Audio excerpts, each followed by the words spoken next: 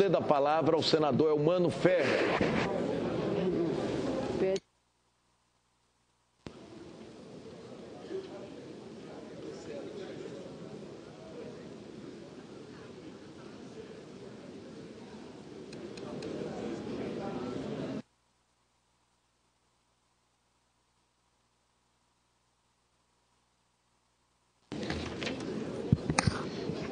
Senhor presidente, senhoras e senhores senadores, no último domingo, milhões de brasileiros foram às urnas exercer o direito de votar e escolher seus candidatos a prefeito e vereadores em 5.568 municípios.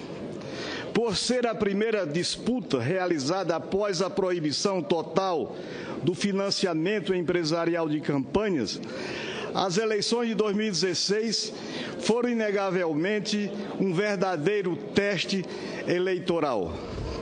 Segundo o Tribunal Superior Eleitoral, neste pleito de 2016, os candidatos a prefeito e vereador declararam gastos que somam 2 bilhões e 100 mil reais, o equivalente a aproximadamente um terço dos 6 bilhões e 200 milhões gastos nas eleições municipais de 2012. Aproximadamente um terço. A redução de gastos é positiva, porém é preciso atentar que os gastos declarados ao Tribunal Superior Eleitoral se referem apenas aos valores das doações legais. É preciso também prudência em aguardar ainda as prestações de contas à Justiça Eleitoral e a atuação dos órgãos de controle para se saber a dimensão de possíveis recursos não contabilizados. Essa foi a eleição de maior dispersão partidária da história. Hoje, como é do conhecimento das senhoras e senhores senadores, 35 partidos foram registrados no Tribunal Superior Eleitoral e candidatos de todos eles concorreram ao cargo de prefeito. Dados preliminares do Tribunal Superior Eleitoral mostram que 31 partidos vão comandar ao menos uma cidade no Brasil, a partir do próximo ano que vem. É a maior fragmentação partidária no comando dos executivos municipais. Em 2012 foram 26 partidos, um número já por demais assustador. O número de candidatos também impressiona. Mais de 496 mil pessoas demonstraram interesse em ocupar uma das 5.568 vagas de prefeito e uma das 57.943 cadeiras de vereador. Contudo, as eleições de 2016 se destacam negativamente pela enorme abstenção dos cidadãos, superando 17,5% do eleitorado, o que equivale a mais de 25 milhões de eleitores, num total de 144 milhões. Sem falar ainda dos votos brancos e nulos. Senhor presidente, senhoras e senhores senadores, em São Paulo, mais de 3 milhões de eleitores se abstiveram ou votaram nulo ou branco, onde 6.945.000 é o número total de aptos a votar. O índice de abstenção em São Paulo chegou a quase 2 milhões de eleitores. Votos brancos totalizaram 367 mil eleitores e 788 eleitores, quase 800 mil, anularam o voto. Na cidade do Rio de Janeiro, a abstenção foi deveras elevada. Do total de 3 milhões e 700 mil eleitores, quase 1 milhão e 200 mil se abstiveram. 204 mil votaram em branco e 473 mil anularam o voto. Esses dados, que se repetiram em diversas cidades do Brasil, revelam que o eleitor está afastado, incrédulo e desesperançado e comprovam mais uma vez a imperiosa necessidade de se fazer a reforma política que deve ser promovida por este Congresso Nacional. O atual modelo político está falido. Recado que nos foi dado desde as manifestações de junho de 2013. Não podemos mais adiar esta reforma, que é fundamental para a sociedade, para a economia, para o futuro da nação. A reforma política deve ser prioridade 1 deste Senado, deste Congresso Nacional. A credibilidade, senhoras e senhores senadores, a credibilidade na política do Brasil está em queda livre. A população não enxerga mais no voto um poder de mudança e de capacidade de transformação inerente da democracia. Para a maioria dos cidadãos, política é coisa bem distante. Além da alta taxa de abstenção, da qual já falamos, somente 229 mil pessoas, cerca de 0,16% do total do eleitorado nacional, decidiram bancar algum candidato. Ou seja, 229 mil pessoas, 229 mil eleitores, no universo de 144 milhões de eleitores, fizeram doação como pessoa física. Esse baixo número de doadores individuais demonstra o fracasso dos candidatos na missão de convencer os seus eleitores a lhes dar recursos. E tal fato nos leva a refletir sobre um outro problema. Os partidos foram obrigados a recolher ao fundo partidário para financiar as campanhas políticas. E isso é preocupante. Como serão as próximas eleições? Teremos que duplicar, triplicar ou mesmo quadruplicar os recursos públicos do fundo partidário? Pergunto. O financiamento de campanha é um assunto que deverá ser reaberto para nós e bastante debatido aqui nesta casa.